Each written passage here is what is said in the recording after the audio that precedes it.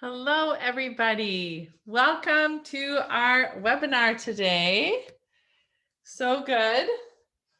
I love seeing you all pop on. So much fun. I just had the most fun coaching my clients. I absolutely love what I get to do. It is such an honor for me to be their coach. So good. So tell me how you're doing. One of the downfalls of a webinar is that I don't get to see all your faces, but I love that anyone can come. They don't have to be on the scene on the computer screen. Hello, Mary. So good to see all of you. And so so a webinar, no one sees you. So if you don't have to get your hair all done and you don't have to feel that way. So that is the advantage of it. And then you can just come and you can enjoy it. But I miss out because I love seeing all your faces. So nice to see you. All right, today's webinar, you want to make sure you have a pen. As always, I have so much good information, so much goodness to share with you. And so get out your pen, but don't forget, you can always watch the replay. So when you're on my email list, I send the replay out to you the next day. And also, well, I shouldn't say I do. My wonderful, lovely, beautiful virtual assistant, she does that. And then we also post it on our YouTube channel. So that is available to you. And as you might notice, I had all the cardigans for February, but I have more cardigans. And this one is a new one. It has argyle on it. So I had to buy it. It was super fun. And I got to wear my fun new pants today. So that's always super fun. All right, so are you ready? And also to let you know, so if you're not on Instagram, you need to get on Instagram or follow me on Facebook, because I am doing a very special feature this month for resilience. I'm highlighting a bunch of creative, amazing quilting women. So if you want to be on there, come and I'll have an interview with you. And there's some really amazing interviews that you're going to be able to catch. So I'm doing a whole resiliency feature. And so you can get them firsthand on Instagram and run IGTV. And it's been a lot of fun. And I have learned some amazing stories and been incredibly inspired.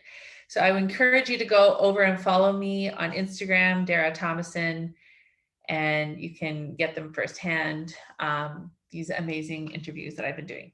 Okay, so I wanted to share that with you.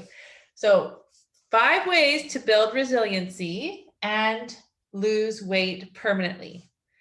So as you know, this has been 1 year. So anyone watching the replay, this is March 4th, 2021. So it's been basically a whole year since we've been in quarantine. And there has been an enormous shift and change as we've had a worldwide pandemic. And so I've been thinking a lot about resiliency, and there has been a lot of study about it. It's fairly new in understanding, but the general definition is the capacity to recover quickly from difficulties.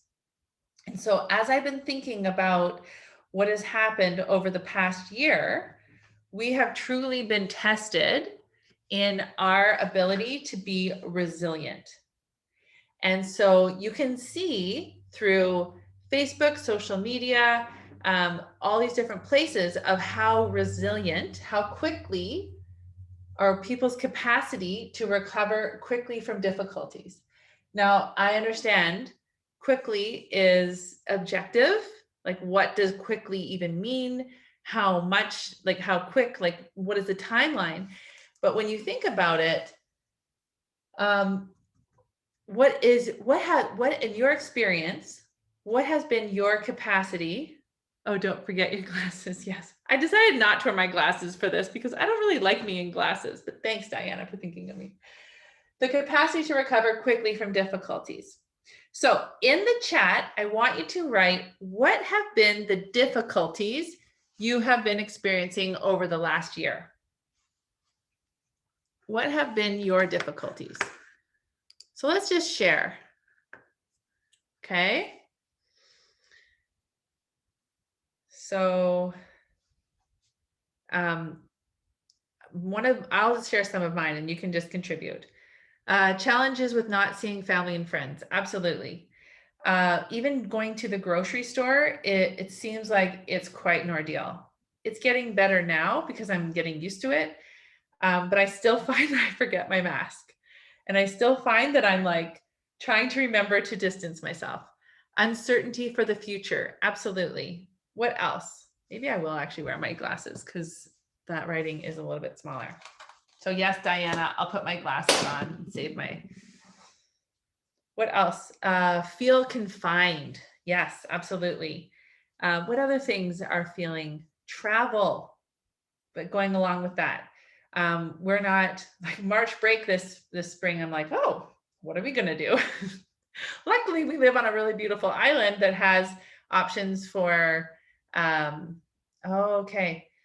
for like doing other things. Procrastination, that is sort of about change, right? So especially if you think things need to be a certain way, then it feels like, you kind of hesitate. I'm not sure if I should do that. So there's a lot of hesitation, procrastination, not seeing all of the family. Absolutely. Everyday restrictions, sports, that has been huge for our family. Simple gatherings, like even saying, having people over for dinner, it just doesn't happen. Insecurity, like we were talking, uncertainty for the future, community events, church. There are a lot of, it just feels like everything is restricted. And so there's these new norms, like even going to the movies, just having different options of things like that we were used to doing, like we took for granted. And then we're like, suddenly we can't do that. And there's like this hesitation. And so we're having to connect with people in different ways that might not be so natural. So even one of my clients, she normally goes to visit her family in April. Well, that's not happening now. So then there's like new traditions and some of letting the old traditions go, but then how do you have, still having those connections with people? It's all very challenging. So one of the questions that I'm going to ask, and you can raise your physical hand, you don't have to raise the hand that's on there, is so have you ever lost anyone you love? You or someone very close to you has had a divorce. You've experienced a natural disaster. You've had a miscarriage or struggled with infertility, or some of you or someone you know has mental illness. So if you have your hand up, we all know that you have had adversity and you've had challenges. And so if you are alive, you have to deal with difficulties. And one of the things that I really appreciate is that adversity is not discriminatory. Adversity does not discriminate. So everyone struggles with this. And so everyone will benefit from this. Okay. So in my research for this topic, and as I've been interviewing these amazing women, I went to do some research about adverse resilience. And Lucy Hone, she's written books. She's a professor. She's done a lot of studies. She's from New Zealand, but she worked with the US military in helping them with their resilience. And she was a resilience specialist, and she has a beautiful TED Talk. And one day, her 12-year-old daughter with her 12-year-old daughter's friend and mother was driving their car. They were doing some cycling, and so the daughter hopped in the friend's car and they were driving to meet them, and they were killed head on, and they were killed, her daughter and her best friend and her mother. And so as a resiliency professional, now she's on the receiving end of all of these well-meaning professionals saying, this is what you should do, this is what you should do. And it was very difficult to receive that. So it was very interesting to watch her TED Talk and listen to her advice. So that was super fun. And so what she suggested was there's 3 steps. And it was super interesting for me, who works full-time with women in helping them rewire their brains. And so much of what she suggests and as in her profession talks about is so much of what I do already. And so I thought that was super interesting. And so some of you who are on this call, you have worked with me and you'll recognize these tools. And if you haven't, I encourage you to reach out to me and see how I can help you to do this. Okay.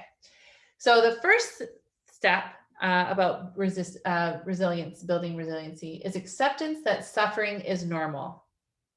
So in the life coaching world and the tools that I teach, I talk about life being 50-50. So this is one of my tools, is that we, in order to have a well-balanced, healthy life, we need to have a recognition that half of our life is going to be a struggle and half of it is going to be awesome. And it was really interesting today in my first coaching call. My client had a very challenging weekend. There was a lot of things that happened that she hadn't planned for. And when we went through everything and we looked at the facts versus, I'll talk about that a little bit later. But when we actually went through her weekend and we saw all the things that were 50% good and 50% bad, she ended up being able to see that there was more good than she imagined possible. But it's because of the way that we were looking at it, and she could have that perspective that she could actually see, oh, wait a minute, it wasn't also terrible and difficult and as much of a struggle as she imagined. So one of the problems we have, and especially with weight loss, is we feel like we are entitled to feel good all of the time. So I have 2 different definitions of buffering. One definition is turning to an external thing to make ourselves feel better internally or emotionally.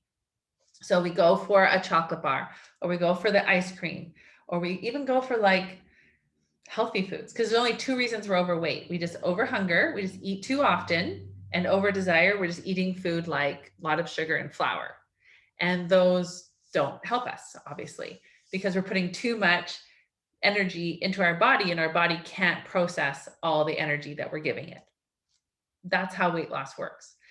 So if we are having a negative emotion and we're turning to an external thing to make ourselves feel better internally, emotionally, we're trying to alter our emotion with something outside of us, like eating food, being more on social media, shopping, then the problem is we're not actually solving the problem that we have, and we're just doing that. And the reason we are buffering, we're using this external thing to make us feel better, is because we're not allowing ourselves to really see what's really going on. And one of the reasons we do that is because we feel entitled that life should always be good. It's like, oh no, I shouldn't have to feel this negative emotion. I've already lived this life. Or even some people get it confused of, oh, I'm a good person. Bad things shouldn't happen to me. So that's very entitled, that they don't realize that in order to have a healthy life and to grow and to develop, we need to have challenges to help us to really see what's going on. So that is something that we can really fall in a trap for, especially when we think about buffering. So one of the tools that I use with my clients is to help them realize the things that are good and the things that are bad, but we don't make such a big deal out of the negative. We're like, oh, that's just negative. Instead of saying, oh, why is this always happening to me? This is so terrible. Can't they just figure out how passwords work? Why do I have to keep changing my password? And other than just saying, oh, I guess I have to just change my password now. Move on. Okay. The next step 2 Accept the things you cannot change. So when we think about this step, she talked about how we can be selective with how we use our time and our attention. So we pay more attention to I love this. If you were leaving your house and you saw a grizzly bear and there was a beautiful rainbow, what would you pay more attention to? Of course, we would be paying attention to the grizzly bear because the grizzly bear could maul us and kill us and we could be dead. So our brains are wired to see the negative.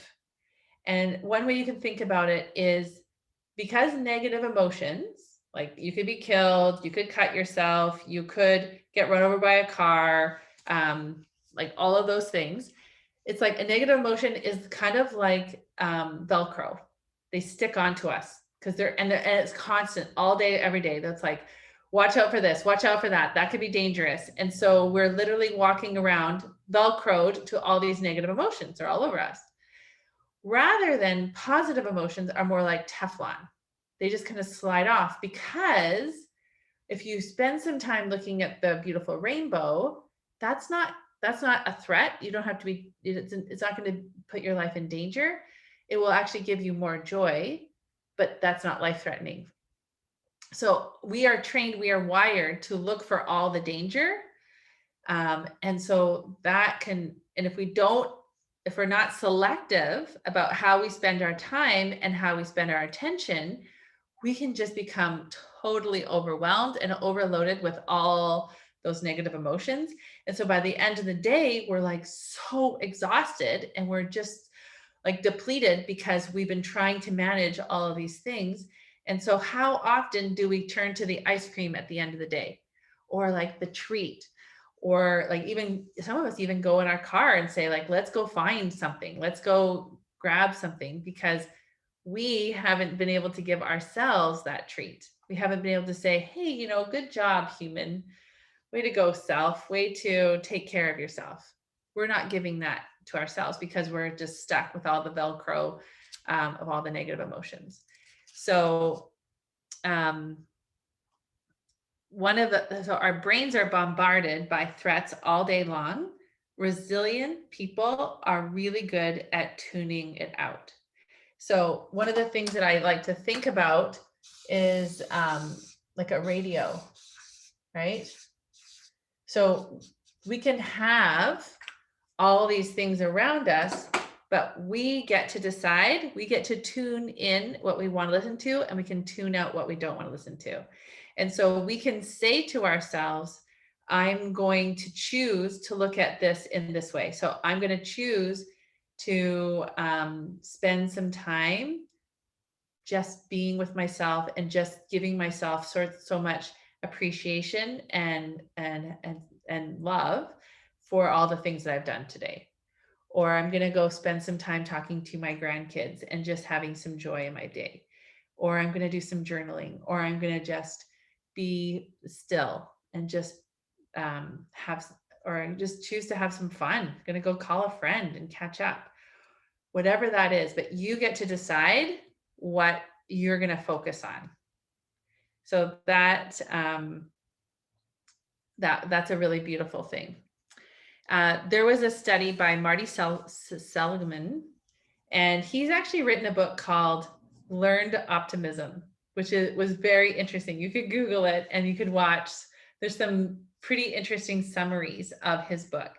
And in 2005, so Marty Seligman, he and his scientist team conducted an experiment where they asked their the participants of the study to say 3 things that they had done well, that had gone well that day for them. So every single day for 6 months, they had to decide at the end of the day 3 things that had gone well. And they found, of course, when those people were looking for evidence of things that had gone well, they had more gratitude. They had more, here, let me find it. Yeah, they had more gratitude. They had, yeah, just like healthier, like bodies. Oh, here. Yeah, they had, yeah, more gratitude, happiness, and they had less depression. And it was interesting because if you look at his book, Learned Optimism, he said people who are optimists, they achieve more, they have better health, they live longer, and they have a lower rate of cancer. People who are pessimists, they give up easier, they are easily depressed, they struggle more, and they're more frequently ill.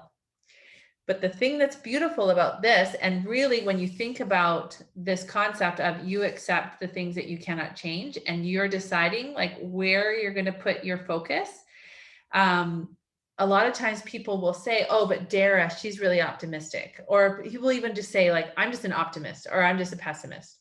So they've just basically discounted themselves or just classified themselves, and they're not giving themselves the opportunity for growth or for change. And so if we can be more selective with how we spend our time, we can learn to become an optimist. We can learn to change, because if we take an inventory throughout the day of, how often, how many times did I think this negative thought? How many times did I do this? How many times did I do that? Then they can actually take a step back. And it was very interesting today with my client, because when we were able to go through, and I'll just, wait a minute, quickly just show you, she'd come on the call with a lot of, and she basically was described, the weekend was like crazy and all of this. But when we actually went through, we had a lot more positives than negatives, because she was able to then look at it. And when we really focused on the positive, they just started coming and coming and coming. And she was able to look at things in such a different way that after the call, she realized, wow, that actually was a pretty amazing weekend. And then she had this whole new appreciation. So it's just because we become selective of how we use our time and how we draw our attention. I was able to then draw her attention to the things that were actually really good. So that was very interesting. All right. The next thing we're going to talk about, the third step is what I'm doing helping or harming?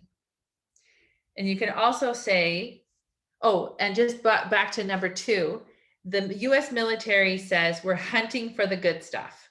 And some of us might have we accept the good, or we're looking. So wherever your focus is, that's what you'll find it.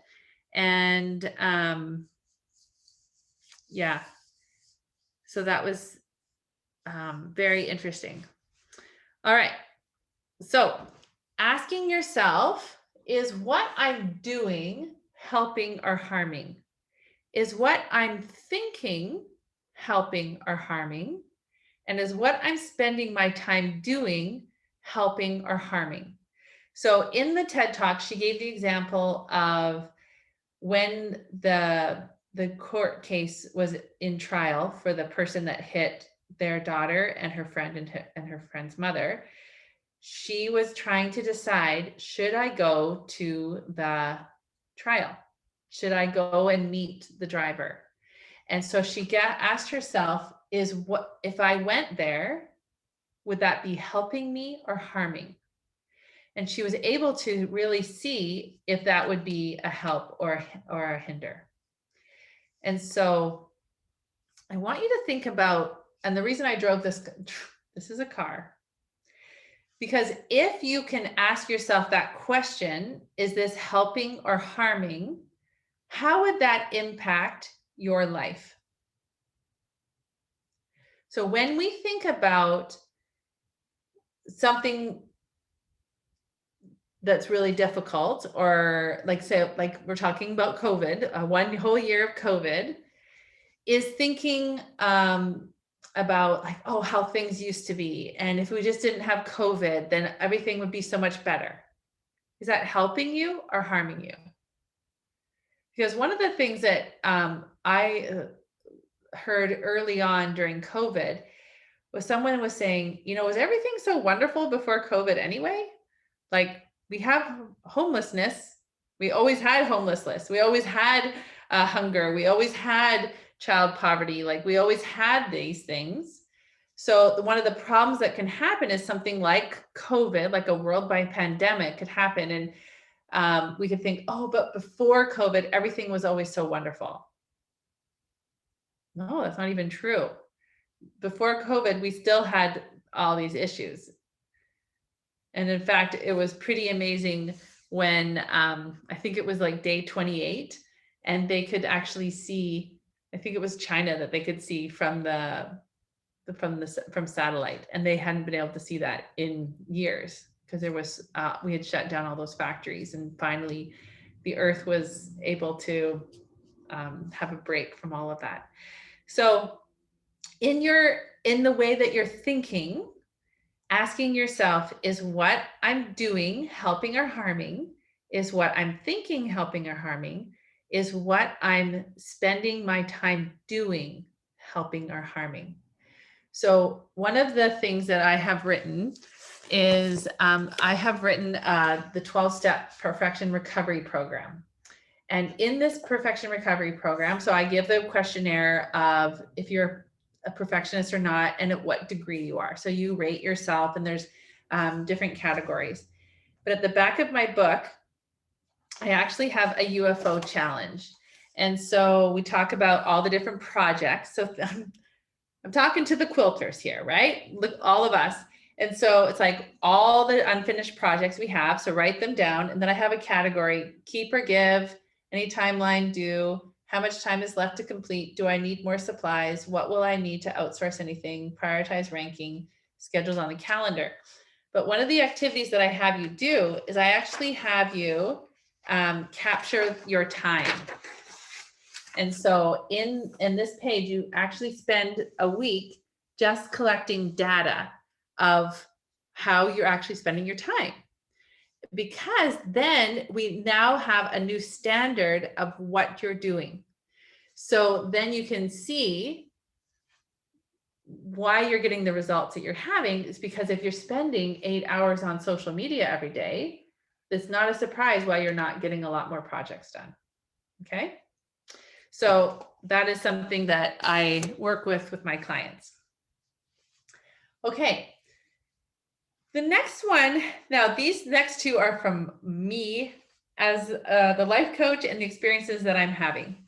So one of the things that life is either math or drama. In other words, it's either facts or stories. And so when I think about, so even you can even use this example of my UFO challenge in my perfection recovery program. So you could say, I have all these unfinished projects, and there's so many things I want to do, and I just feel so overwhelmed, and it's just so difficult or so hard or whatever. Or you could say, so that's kind of sounding a lot of drama or stories. Or you could say, I own this much fabric. I own this many, I didn't see this, sorry. Or if you're spending 8 hours a day on quilting, you're not getting your social media done. That's right, especially if you have that planned.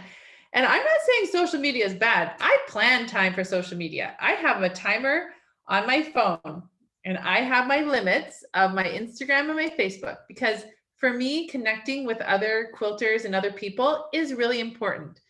It's part of my Dara Tomasson life. Like I enjoy it. It's something I appreciate. And so I plan it. So if I'm going overtime though, if I'm using time that I hadn't planned, that's when I get to see what's really going on for me. But if you want to plan 8 hours of social media every day and you plan it from your prefrontal cortex, go for it. But if you're expecting you're going to get a bunch of quilts done and spend 8 hours and cook dinner and have a clean house and, get some exercise, you're going to be hard pressed and still get good hours of sleep. So it's just having a baseline. So thanks for bringing that up. Okay. So if you keep it with math, then it's just very linear. It's just very like, this is just how it is. These are the facts. This is just what's going on. And so if you're finding that you're kind of spinning in drama and like, my life isn't really what I want it to be and all of that, then you're spending a lot of time with drama or stories, and you're not spending a lot of time with math or facts. And so if you can kind of give yourself that opportunity to just break everything down, then you can have that opportunity for learning and growth. Okay. Number 5. This one. So it's kind of similar. These all kind of go together. We have this, this consciousness of our thoughts. So when we are aware of our thoughts and know what we are choosing to think, we are now able to decide what direction we want to go in. So let's go dial back up here. So number 3 is ask yourself, is what I'm doing helping or harming? Is what I'm thinking helping or harming?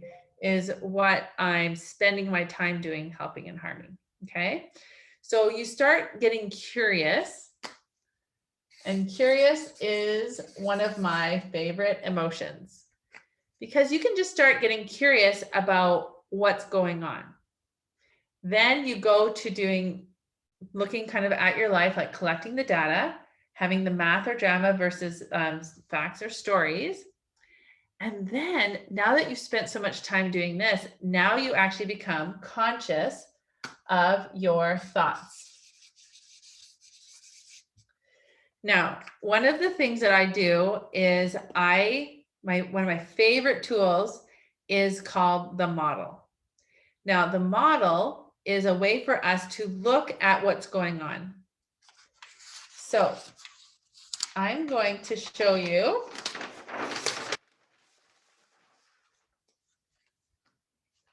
So we are always going to have a circumstance. So that would be a fact.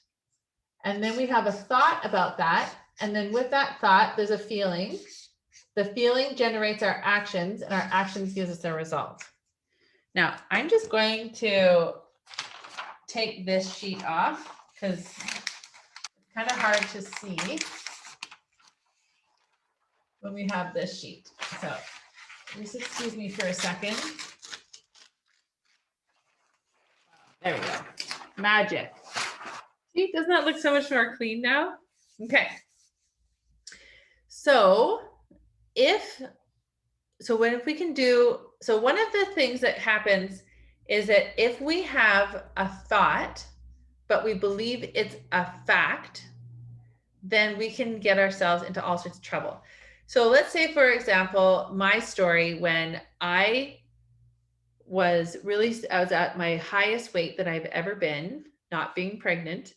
And I felt I was walking, I was trying to do all these things. I thought I was being really careful about the amount of food I was eating, how much food I was eating, what kinds of food I was eating. And so because I thought I was doing all the right things and I still couldn't lose weight, my thought felt very much like a circumstance, like a fact, like I can't lose weight. Because I truly felt like there's no way I can lose weight. I am stuck. I went to the doctor even. I was like having premenopausal. So then I'd always heard about hormones, all of that. And I felt very dejected. Okay. So my story was that I couldn't lose weight and all of that. And I had bursitis, so I couldn't run anymore. And I had perimenopausal. So I was actually collecting all the sorts of facts that I thought were going to contribute to that. But really the circumstance was my weight. Okay. So my weight was 200 pounds. And so, but my thought was, I can't lose weight. And when I thought I can't lose weight, and I really believed it, my feeling was, I had a lot of feelings, but probably the main feeling was just hopeless. Like no matter what I did, I wouldn't be able to do that. And so when you think about this, hopeless, when you feel hopeless about something, I want you to write this in the chat. What do you do when you feel hopeless? So if I said to you, I really want you to make this quilt for me, I'm going to send you all the fabric. I'm going to send it to you. And I want you to like piece the whole quilt. I want you to quilt the whole quilt. And I want you to have it bound in 3 days. And it's like a king size, and it's paper pieced, and it's very intricate. I'm like, no, you got to do it. Like, you're going to do it 3 days. Come on, let's do it. And if you felt hopeless about doing that quilt, what actions would you take? You isolate yourself. Nothing. I spin in overwhelming thoughts. Yeah. What else would happen if you feel hopeless? What are your actions? Procrastinate and then get overwhelmed. Right. So overwhelmed, procrastinate, wouldn't even start.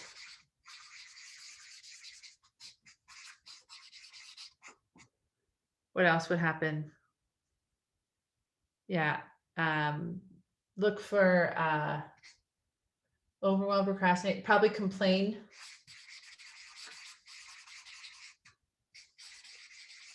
Look for reasons why it's not possible.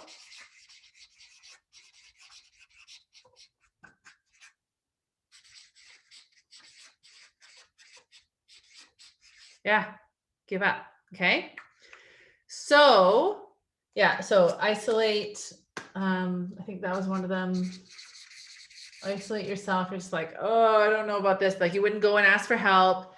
You kind of, so this is the thing. You kind of give up. So if you're giving up and you don't think it's possible, you're looking for reasons why it's not possible, you're complaining to people, complaining to yourself, you wouldn't even start because you're just like, I don't even know what to do. You're procrastinating, you're isolating yourself, you're feeling overwhelmed. If you're spending all your time doing these actions, what result can you expect to get?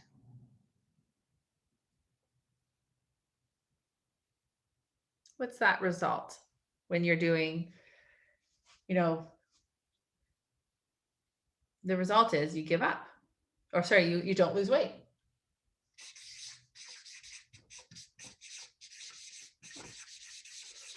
You don't lose weight. You don't get the quilt done because, yeah, you don't get the quilt done. You don't get the weight done because you're spending all your actions in this area because you're feeling the fuel that's generating you is hopelessness because of the thought, I can't lose weight. Okay.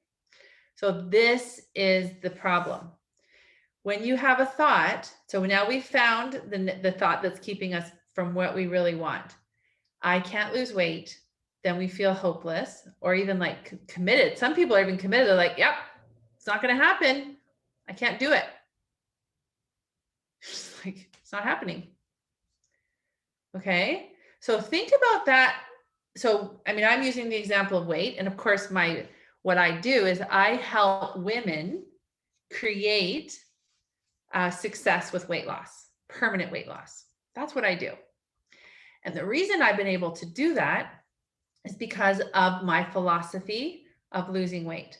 So I'm going to tell you a little bit about my experience, and I want you to put in the chat what's happened for you in your life. So I have always struggled with weight. I shouldn't say always. So I didn't start struggling with my weight till I was about 22 or so. Now, the interesting thing about that is that I have two sisters. I have a sister who's older and a sister who's younger, and both of them were models. And so my one sister, she moved to Toronto right away from high school, and she worked at the model center, and she was a hair model, and she was beautiful. And she was 5'10". She is 5'10". My other sister's 5'11", and I'm 6 feet. And then my younger sister, she was an international model. So she went to Germany and France and Greece, and she went all over, and she lived as a model full time. She lived in Toronto several times as a model. And everyone always said, like, I'm the big one. And I wasn't even that big. But so there was just kind of the story, like, and I mean, I was a good size, like a healthy size, but there was always this understanding, like, I was like my dad, who's 6'4", and my brothers, who's 6'5" and 6'3". I looked like them. I was big like them. I was just built like them. So that was always the story that was told. And so, so then when I was 21, my parents, my mom left my dad after 28 years of marriage. So I kind of started eating a little bit more. And then I went to France for 18 months and I started eating a little bit more. And when I came back from France, I started eating a lot more because I was afraid of marriage. I was afraid of all of that. And I really struggled with with everything that happened with my parents. And there was just so much confusion, and I tried to keep myself safe. And so I did that. And I didn't realize how much weight I was actually weighing. I just thought my clothes were tighter, and then I had to buy new clothes, and styles had changed. I don't know. I was so completely oblivious to what was going on. And so I was a school teacher working, and I just kept this extra like 30 pounds on, kind of a buffer, like 25, 30 pounds. And subconsciously, I was like, oh, I'm not dating as much because I'm just a little bit heavy. And I didn't realize what I was doing necessarily. And it wasn't until several summers later, so I was about 26 or so, and I had a really good friend and say, like, Dara, why are you holding onto this weight? Do you realize like how big you are? And I hadn't really, to be honest. I didn't really understand the weight that I was. And I think I went on the scale and I was like 189, and I couldn't believe it. I was actually shocked. It was very surprising to me. And so we had a heart to heart, and she just said, what's really going on? And I realized I was keeping myself safe because I was worried about having a relationship and having that commitment. And I didn't want to make the mistakes that my mom had made and all of that. So it was very interesting to me because I really didn't have a clue of why I was doing that. I wasn't conscious. And so one of the things that I do now as a life coach is I help you understand that when we stay in our head all the time, we do that to protect ourselves because we don't want to feel a certain feeling. And I want you to know that feeling feelings is not a problem. In fact, bring it on. Because all of motion is literally just a vibration in our body. It's our body saying, hey, there's some weirdo who's following you on the street. You should have fear right now. Or, hey, you have love and dedication to that baby who's crying, and you love that baby so much. You need to get out of your warm, comfortable bed, and you need to go take care of that baby. Literally, emotions are just like taps on the shoulder to tell us what's going on in our life and to help us to be better humans. So if we feel disappointment, or if we feel discouragement or hopeless, it's literally just an emotion, like tap, tap, like, hey, when you have that thought, I can't lose weight, you're feeling hopeless. So instead of trying to avoid that feeling of hopelessness, which of course that's what we were doing, right? We were trying to avoid hopeless by feeling overwhelmed, isolating ourselves, procrastinating, not even start, complain, look for reasons why it's not possible, and giving up, instead of just allowing ourselves just to feel hopeless. And when you think about it, what does the feeling of hopelessness feel in your body? Can you tell me in the chat? When I think of hopeless, my body feels so heavy. My head kind of like goes to the side. My stomach, there's a level of like kind of a discomfort. And the other thing that happens in my chest, I feel kind of this tightness in my chest, kind of like a heaviness. When I feel hopeless, it's like, oh, yeah, and emptiness, right? It doesn't feel very good. But one of the things that I do with my clients is I help them process all their emotions, hopeless. So I talk them through like, where is that in your body? How does that feel in your body? Talk to me about it. And we just take breaths and we just locate that emotion in their bodies.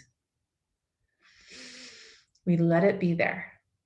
And after we've processed that emotion, and in fact, while we're processing the emotion, I say things like, it's okay, hopeless. You're allowed to be here. It's okay. It's fine. I don't really love feeling this, but I know that in order to fully experience life, I have to process hopelessness so I can feel hopeful. Because if we don't truly allow ourselves to feel those negative emotions, we can't truly feel positive emotions. So that's one of the problems with weight loss, is that because we don't want to process that negative emotion like hopelessness or discouragement, because we want to feel good all the time. It's like we have this entitlement, like I should feel happy all the time. We're turning to the food. And by the way, food, we are wired to feel, we get a dopamine hit every time we eat food. Because back in the day, before we had like sugar and flour with an enhanced flavor, not everyone likes turnips. Not everyone likes roots from the ground. Not everyone likes eating crickets, if that's all the protein you can find. So our bodies are wired to, every time we eat, there is a dopamine hit. That was the way we were able to survive. But now we have refined sugar and flour. And last training, I talked about this, of how we have that, we don't get a reinforcement every time we brush our teeth to say, hey, way to go, you're doing a great job. That's a delayed gratification, because eventually we're like, oh, I'm so glad I don't have any cavities. My teeth are so good. I'm glad that they're secure in my gums. Whereas if you eat a chocolate bar, right away, it's like a hit of like an extreme false pleasure hit of dopamine, because it's this super concentrated form that reacts to our bodies. Okay. So when we think about being resilient, okay, so this is the model that I use. And so when we can discover what's going on, we can discover some of our thoughts, then we understand the emotion that it's causing. And then if we don't want to experience that emotion, we buck away from it. So then we react in our action line, and then this gives us the result. So eventually our thoughts become our results. But if we are not allowing, so for example, if we just had, I can't lose weight, and we feel hopeless, and we allowed ourselves to just feel hopeless, that model is complete. We don't react. We don't spend all this time reacting to it and trying to buffer like the beach ball and trying pushing it away, pushing it under, and spending all our energy trying to like avoid feeling hopeless. Because if we just felt hopeless, we would just feel hopeless, and we wouldn't feel overwhelmed. We wouldn't isolate ourselves. We wouldn't procrastinate. We wouldn't not start. We wouldn't complain. We wouldn't look for reasons why it's not possible, and we wouldn't give up. We would just feel hopeless. And then we let hopeless just pass through our body. We're like, whoa, that was hard. And then we can go back to the thought, I can't lose weight. And then maybe we have a new emotion like curious. Like, oh, is that true? Huh, I could try one thing. Okay. Because with curious, then our actions are Like look up different methods, try different things, even see, is that even true? Question that, right? Okay. So this model is happening all the time in our life. Now let's go back to the topic. So when we have this understanding of resilience, so the definition of resilience is the capacity to recover quickly from difficulties. So as I showed you in these 5 steps, there are different things that we are doing. We need to accept that suffering is part of the human experience. So we need to accept that we are going to have challenges. We're going to, the second one is we're going to accept the things that you cannot change. Okay. So that's really looking at, how am I spending my time? I can't change that we have COVID. I can't change the circumstance of COVID, but I can definitely decide how I want to spend my time and how I want to spend my attention. Okay. The third is asking yourself, is what I'm doing helping or harming? Is what I'm thinking helping or harming? Is what I'm spending my time doing helping or harming me? The fourth way that you can build resilience is you can really look at facts versus stories. How much of your life are you spending with drama versus just math? Okay.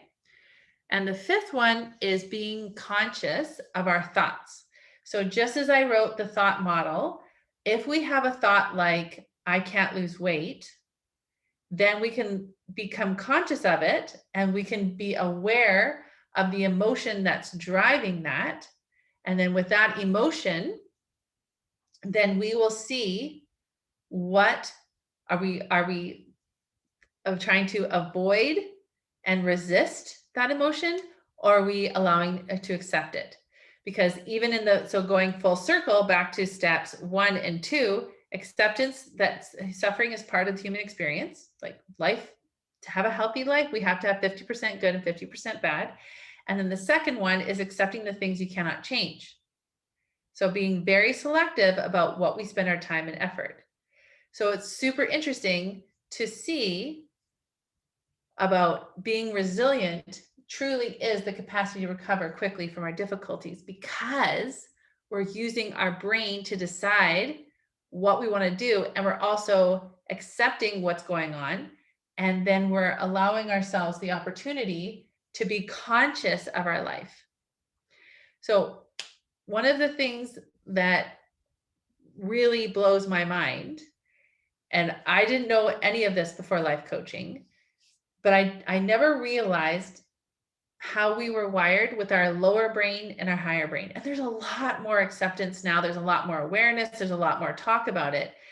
But like 2 years ago, this was like a completely new concept to me. We are wired for survival. And I did know that. Fight, flight, and freeze. I understood that.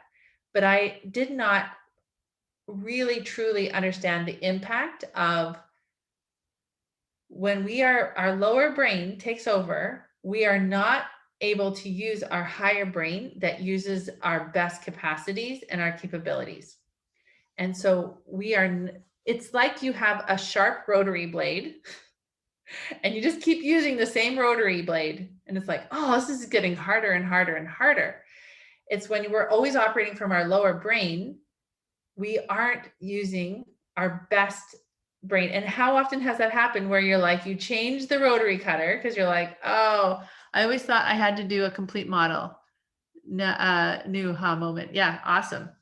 So how often do you change the blade? Because you're like, oh, I have to go find the blade, and then I have to take it out, and then I have to put the other blade, and I have to put it in the other container that's marked, refill or, whatever blade. I have like my 2 blade containers. I have to find them. I have to do that. It's just like, oh, I'll just keep cutting this with this. It's fine. And then you finally do it. You stop, you change the blade, and you're like, oh, why did it take me so long to do this? It's the same thing with our brain. Our higher brain is amazing. The higher brain has the capacity to think about our thinking. And the work that I do is to teach you how to use your higher brain. So one of the things that I do is I have an incredible group program that helps women to understand that weight loss science is simple. It is. With diet companies, they don't want us to know that. They want us to stay in the dark because they want us to keep paying for all their things.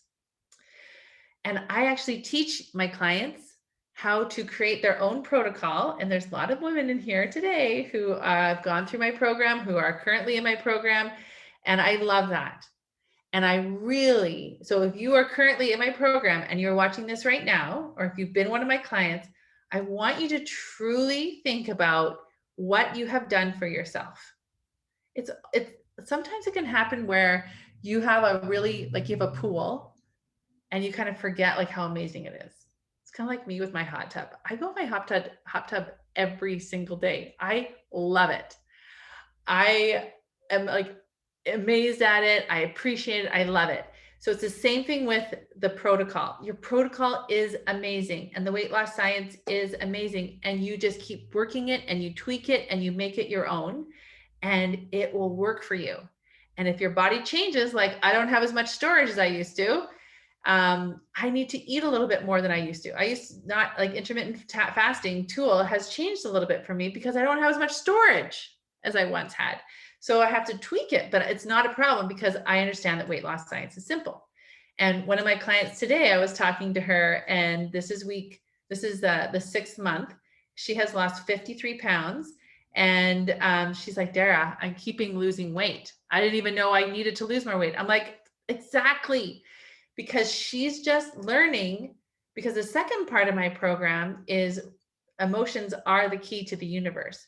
So when you can become conscious of your thoughts and conscious of what's going on, you no longer turning to a buffer like food or social media to feel better.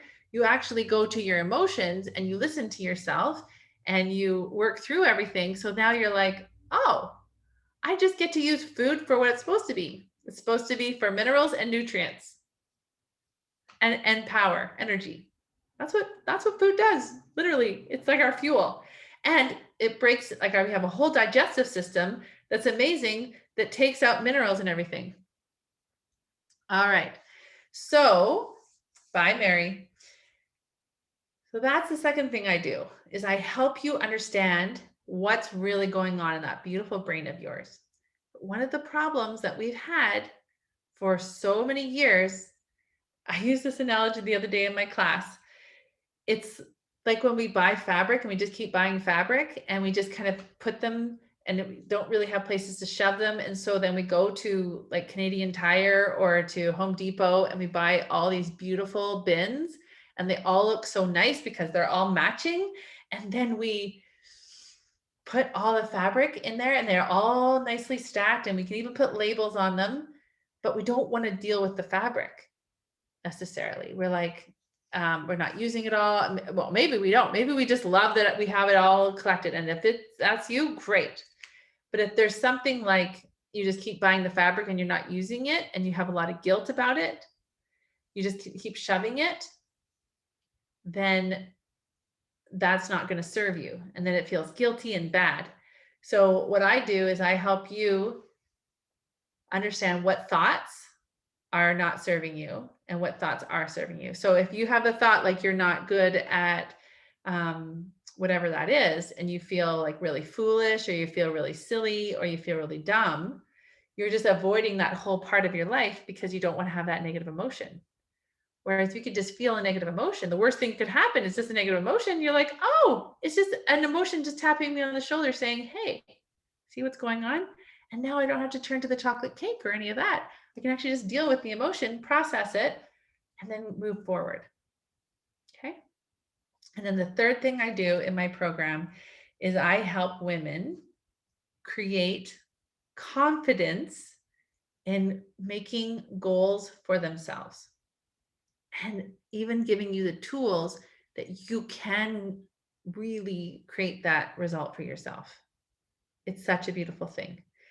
When I look at my life in only 2 years difference, I am totally amazed at what I've been able to do.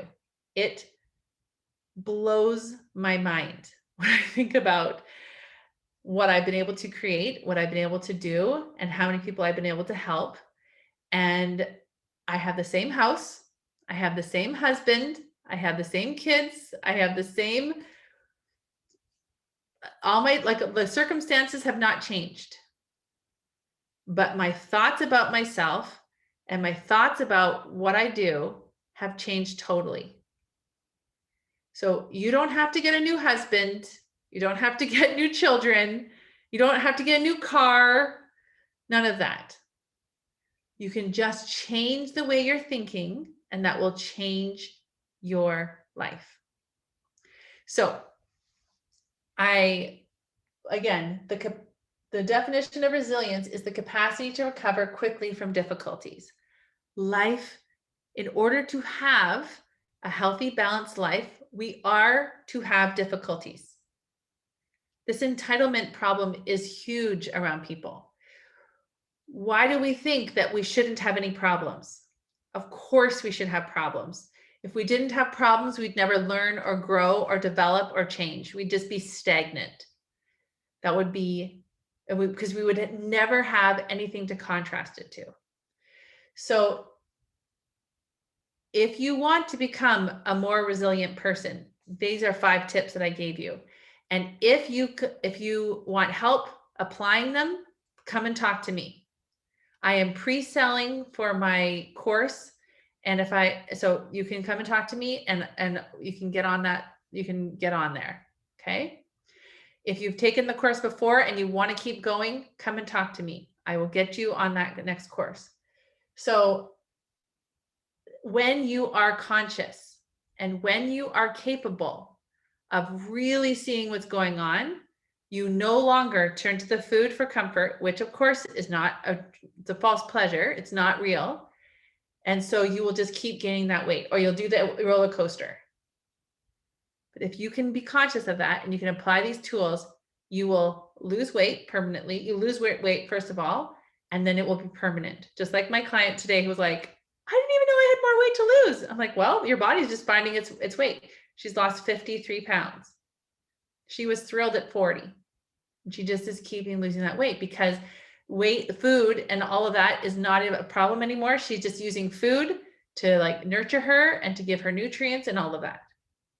That is why I call my program Love Yourself Thin. All right. I love you. Thank you for coming here. Thank you for taking this time for yourself. Your future self is thanking you. You are going to be a different person. Even if you apply just one of the 5 steps, that will make a lifelong change for you. All right. Take care, everyone. And remember, if you want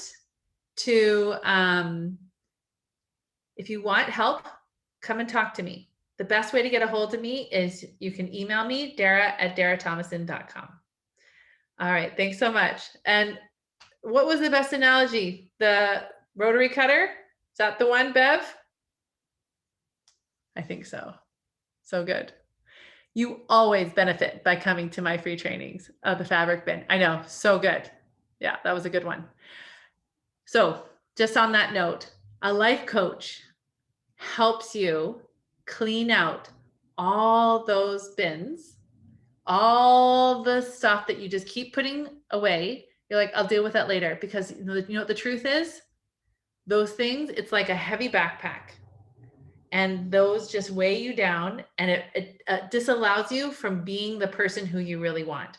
So if you want to empty out all those heavy bricks that you've been carrying around, and you just put a lid on it and you're like, no, I don't want to deal with it. I don't want to deal with it. You're never going to be able to move forward in the way that you want. So if this has really helped you, come and talk to me. If you're already in my program, recommit yourself to the worksheets, the thought downloads, doing all the work. And if you have a friend or someone you know who could really benefit, please share this with them. Share my YouTube channel, get them on my email list, keep coming on to my Instagram. I'm going to have so many inspirational and amazing examples of women.